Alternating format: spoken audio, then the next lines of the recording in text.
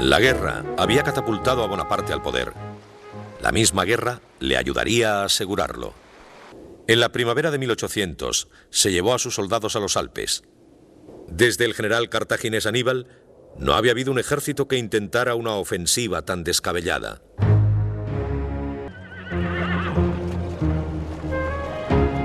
Jacques-Louis David plasmó la aventura en su heroico retrato de Napoleón montado en un reluciente semental. El general y su ejército tardaron 6 días en cruzar las montañas. La mañana del 14 de junio se enfrentó a los austriacos en Marengo, a tan solo 70 kilómetros de Milán.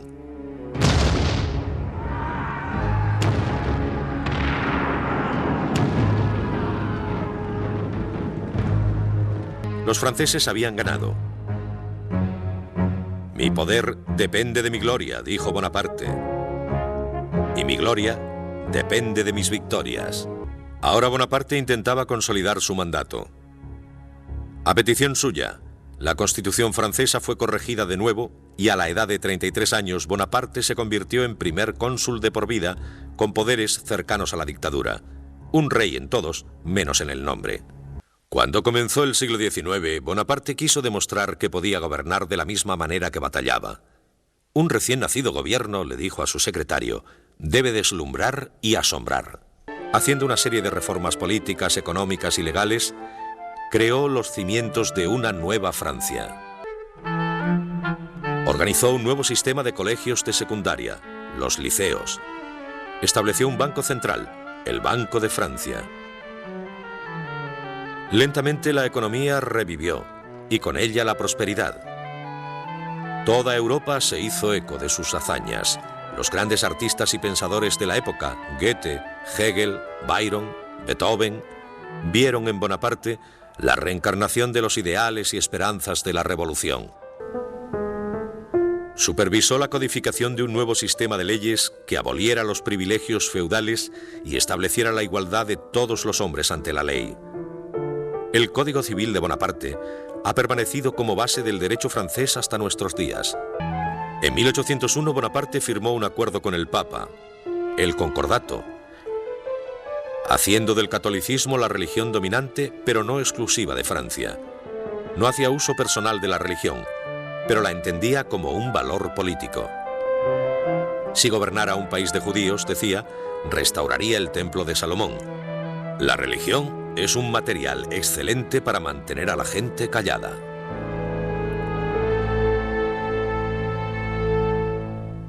Bonaparte gobernó con mano firme, pero no tenía paciencia con los que demandaban libertad. Gobernó con mano de hierro, cerró teatros y periódicos y mantuvo una vasta red de espías. En 1803 Francia seguía en paz y Bonaparte era su dueño absoluto. Cuando miraba sus fronteras, el único país al que podía temer era a Gran Bretaña. El 18 de mayo de 1803, cuando Gran Bretaña declaró la guerra a Francia, pocos fueron los sorprendidos.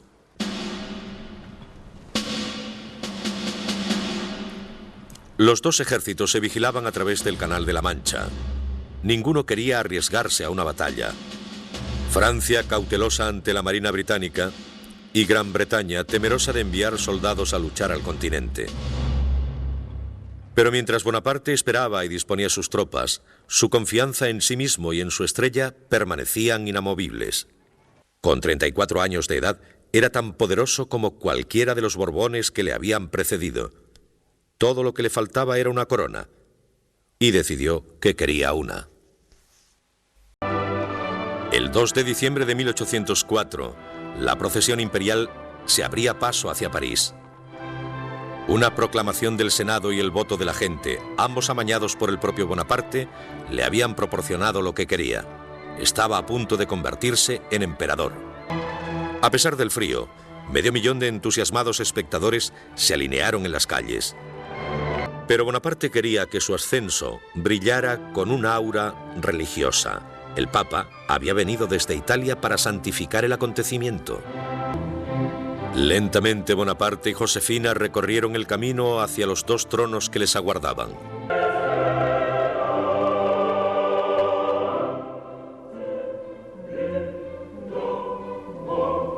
Bonaparte alzó la corona imperial con seguridad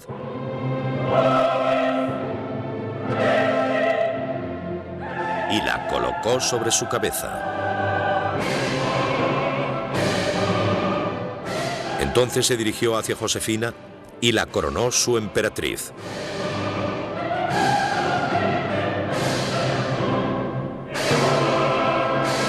Soy el instrumento de la providencia, dijo Napoleón. Ella me utilizará mientras yo cumpla sus designios. Después me romperá como a un cristal.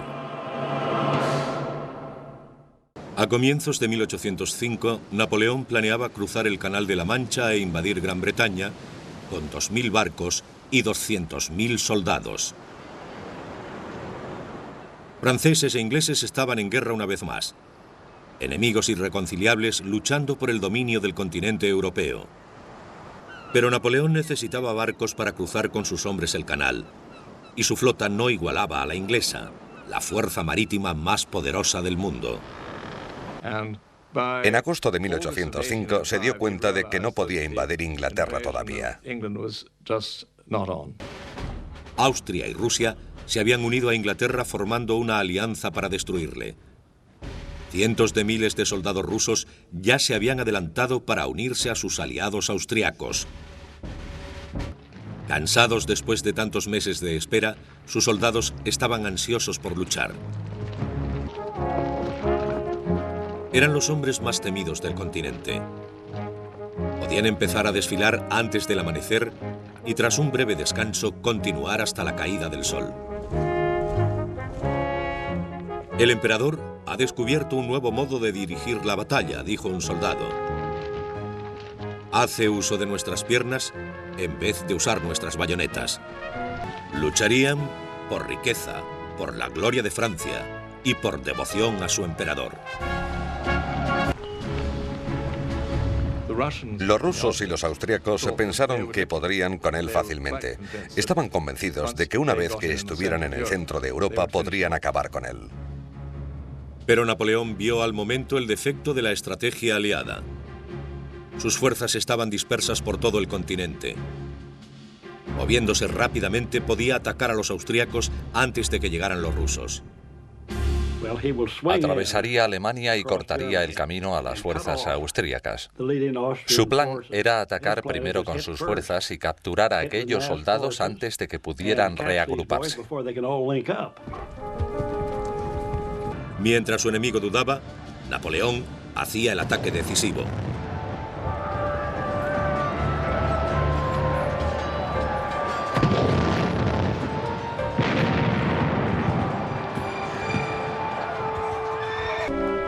Ahora nada se interponía entre Napoleón y Viena. Pero su triunfo se ensombreció por un desastre.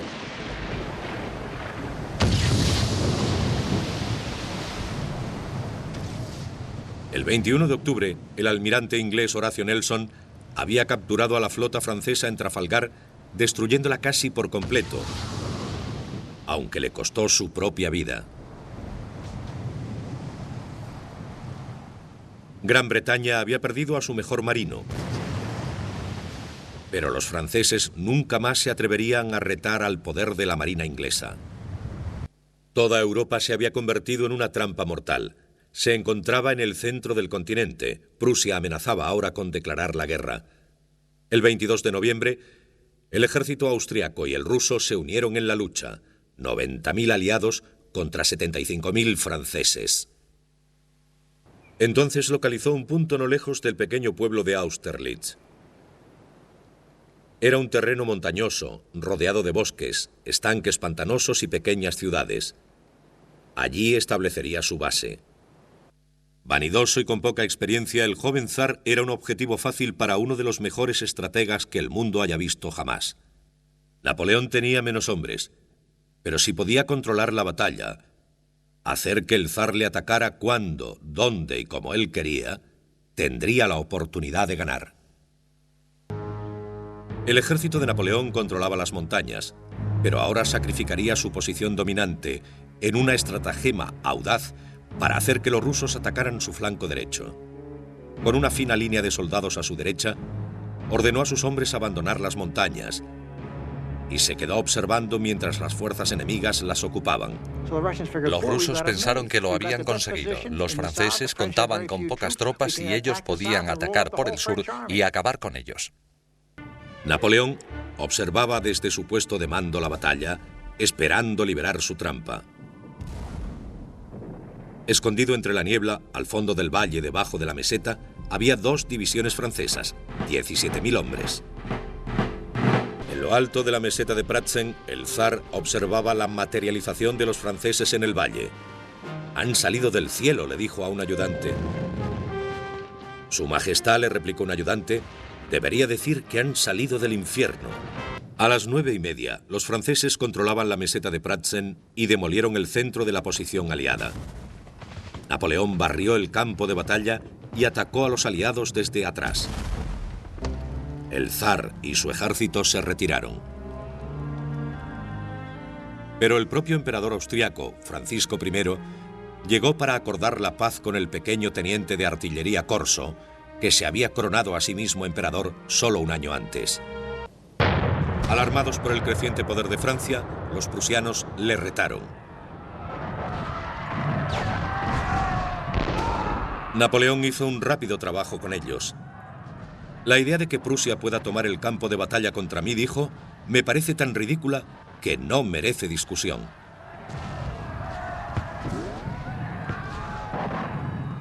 En menos de 3 semanas, hizo rendirse a los prusianos tomando 140.000 prisioneros y dejando 25.000 muertos o heridos. El poder del ejército prusiano había sido destrozado por completo.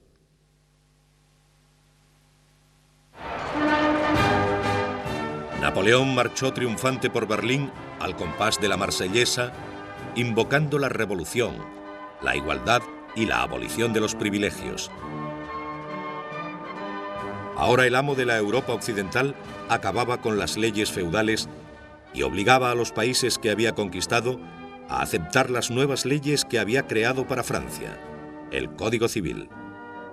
Pero él no gobernó en nombre de la libertad. Como miembro de familia corsa, convirtió a sus hermanos y hermanas en miembros de la realeza. Luis se convirtió en rey de Holanda, José en rey de Nápoles y Jerónimo en rey de Westfalia. Necesito a mi familia para estabilizar mi dinastía, decía. Si distribuyera los tronos de acuerdo al mérito, tomaría unas decisiones diferentes. Hizo a su hermana Carolina reina, a Paulina princesa y a Elisa duquesa. A su madre la recompensó con el título de Madame Mère. Cuando 1806 estaba a punto de terminar, Napoleón seguía en guerra.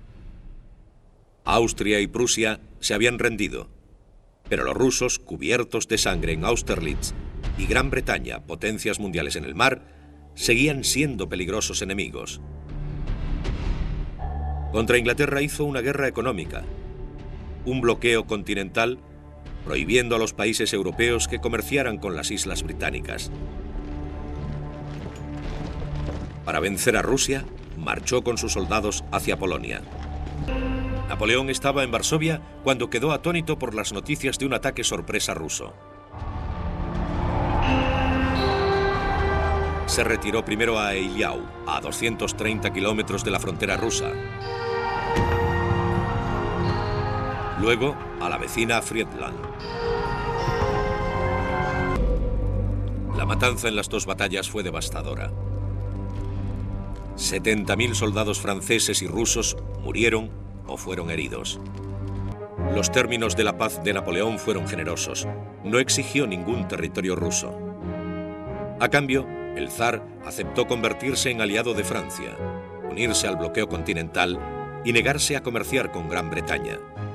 En 1807, el imperio de Napoleón se extendía desde la costa atlántica hacia las estepas de Rusia, desde el Mar del Norte al Mediterráneo. Gobernaba a 70 millones de personas, franceses, italianos, holandeses, alemanes y polacos. No había habido un imperio tan grande desde los tiempos de Roma. Orgulloso de su poder, soñó con unir a toda Europa bajo las leyes francesas.